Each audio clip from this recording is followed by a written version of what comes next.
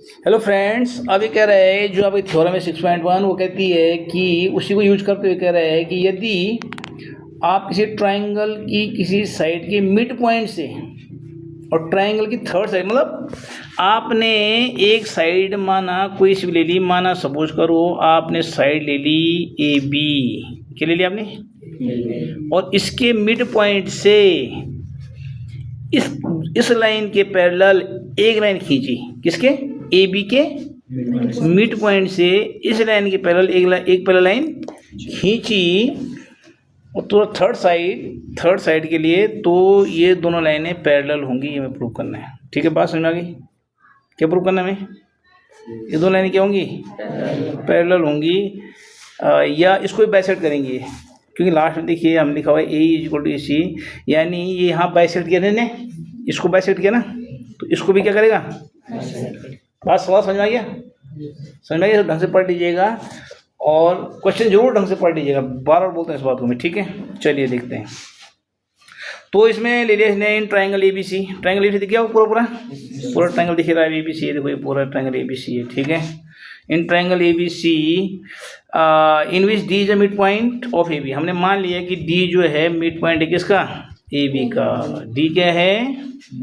Mid point किसका? A B का। तो क्या होगा फिर? A D upon D B is equal to 1, A D upon D B is equal to 1। इसलिए होगा कि मिड पॉइंट है तो करिए 2 सेंटीमीटर, तो ये भी 2 सेंटीमीटर, ये 3 सेंटीमीटर, तो ये 3 सेंटीमीटर, ये 4 सेंटीमीटर, तो ये 4 सेंटीमीटर, और 4/4 is equal to 1, 3/3 is equal to 2/2 is equal to, क्योंकि इक्वल है ना मिड पॉइंट का मतलब ये तो कि दोनों साइड इक्वल है, तो same upon same is equal to A D की लेंथ वही है, डी बी की लेंथ वही है, क्योंकि मिड पॉइंट है इनका डी। जब लेंथ इक्वल है तो अपॉन डिवाइड कितना आएगा? 1 आएगा, है ना कॉमन सेंस वाली बात?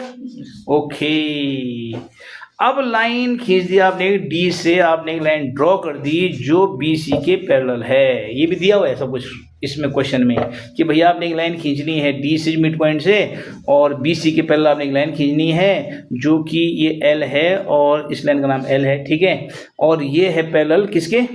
बी सी के, L parallel to B C, ये आपने खींची। तो एल ने क्या किया?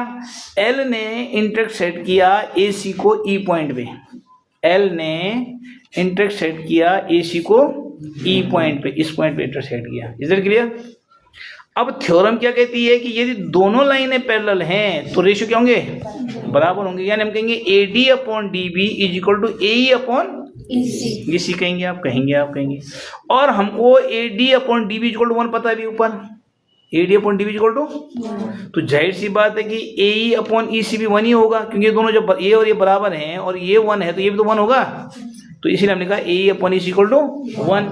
फिर आपने क्रॉस मल्टीप्लिकेशन कर दिया, इसका इससे, मतलब इसका इससे, इसका इससे।